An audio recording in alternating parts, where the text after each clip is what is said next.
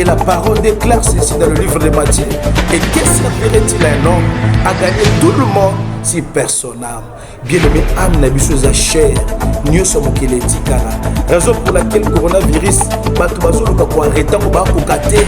Na bato ba benga makama grande puissance. Ba kokate. Même na RDC, bisika to leka moi ma tembele moi foufou moké. Menza bazo épargner ba to la mortalité. Les autres allaient élever par rapport à Europe.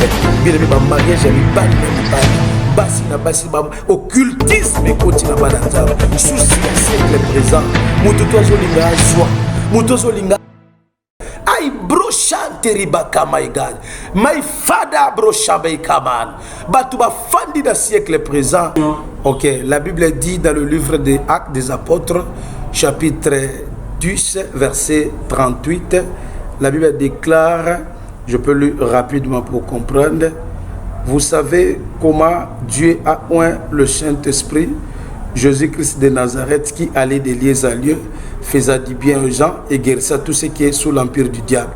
Bien aimé, tous les Sengo Penza, il y a se présenter na combo ya pasteur fils Makundi et je suis le responsable de l'église Mission évangélique les vainqueurs où ils ont kambama nangamuko pasteur Makundi fils et toza penza kosenga na bino peuple de Dieu bo s'abonner na chaîne na biso oezali écran penza to bengi na kombo ya YouTube bo s'abonner vraiment compte na biso pour na bien obeta pasteur Makundi fils TV, c'est-à-dire lorsque obeti pasteur Makundi TV Orlando biso na sengi na bino bo s'abonner na chaîne oyangai. Mais objectif na biso ezali na kata chaîne wana to lobela musala yesu salaki. Nous allons présenter Jésus-Christ na ba œuvre oya salaki afin que peuple de Dieu lorsque va croire na Jésus-Christ ba la sauver pe ba weka ko marcher conformément selon la parole de Dieu ou est déclaré torbo sanate ba veve basio ba kufela mibali et to ko kanisa bango na kata objectif na biso d'abord c'est l'évangélisation. À part l'évangélisation, tu peux penser à la œuvre sociale afin que la Bible dit, Jésus-Christ a dit, je suis la lumière du monde. Et celui qui me suit ne marchera pas dans les ténèbres. Et l'autre monde a makambo etali ba coronavirus. Et pour nabisoba nanzame bateau toza na lumière, tozo discerner rapidement que ça ba œuvre et ténèbres. Et la Bible dit les ténèbres ne régneront pas toujours. Bien aimé, vous s'abonner à la chaîne Abso YouTube, Pasteur Makundi Fils TV. Et bien aimé, beaucoup pambouama. Tokobo sanate ba service tozanango ya ba guérison miracle ko kango la bato bazaki ko kangama ba malédiction familiale ezali ba makambo to etali ba coronavirus biso to comprendre que Dieu va bengi le Dieu tout puissant, il est le Dieu compatissant, riche à bonté mais là à la colère. C'est-à-dire quoi? Nzambe ona silika kama pia kata. Bien aimé, YouTube, n'endurcissez pas vos cœurs. Il faut accepter Jésus-Christ comme Seigneur et Sauveur de ta vie. Que Jésus-Christ est la maître. Maître veut dire conducteur. Lorsque vous invitez Jésus-Christ à venir comme conducteur, bien aimé, lumière et kozanayo, au quoi discerner. Et la Bible dit encore, ne faut pas se conformer au siècle présent, mais soyez transformés par le renouvellement de l'intelligence. Autres hommes dans le siècle présent, batu balingi bazwa. Batu bazwa envier batu. Ba pasteur tolingi to pambouama, tolingi to zwa. Et la parole déclare ceci dans le livre de Matthieu.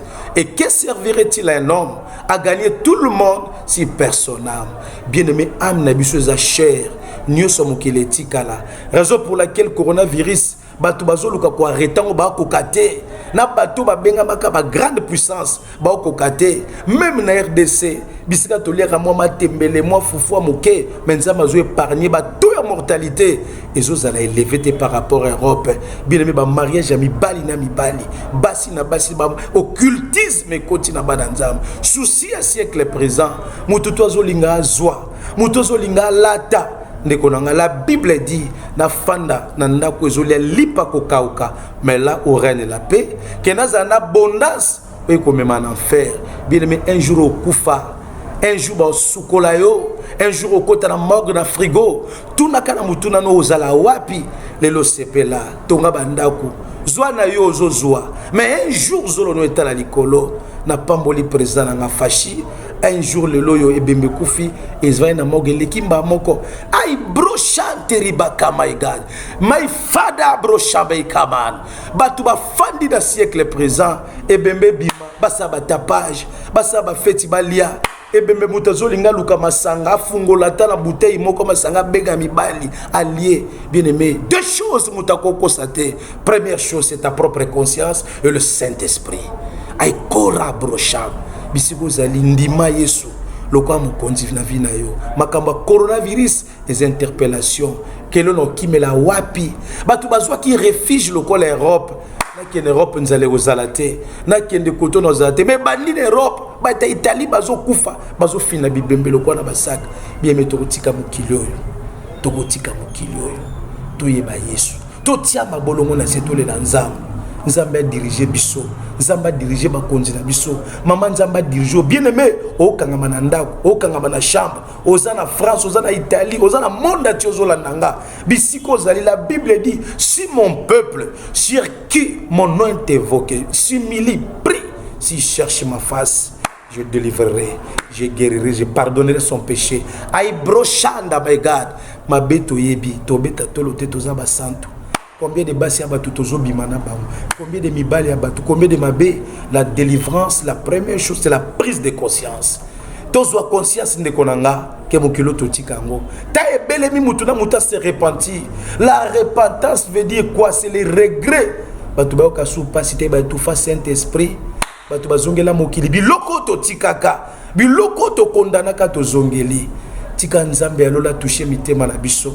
Na yo nanga bisika tozali to fuka na makolo Yesu Masia to tika nyonso nyonso koleka régner na yo lata ayeba un jour au sambisama il est écrit jeune réjouis-toi de ta jeunesse mais sache un jour Dieu t'appellera en jugement. Voilà pourquoi Nzamba permettre ba réseau ebima biso tozo présenter Jésus to kolobela Yesu bien aimé batin zebele zoata s'abonner la chaîne nabiso et za batin édification batin consolation batin ba prière batin ba parole pour que le peuple de Dieu bazongela nzam et ma ifa darobro shorabad bibelobi l'œuvre de Dieu peuple de Dieu toza mis à part taba rero bananzam tozo sala et rero biso ba chrétien bazo sala satan zo sepela peuple de Dieu ba komi na cœur endurci. Moi bandimela nzambe ezate tozongela nzambe otika ba jeûne et prière ozako jeûner na semaine ozako banga nzambe ozongela ba makambo mabe totika nzambe nanga apambola bino à la prochaine occasion on aura beaucoup de temps pour parler de la part du Seigneur. Que Dieu vous bénisse.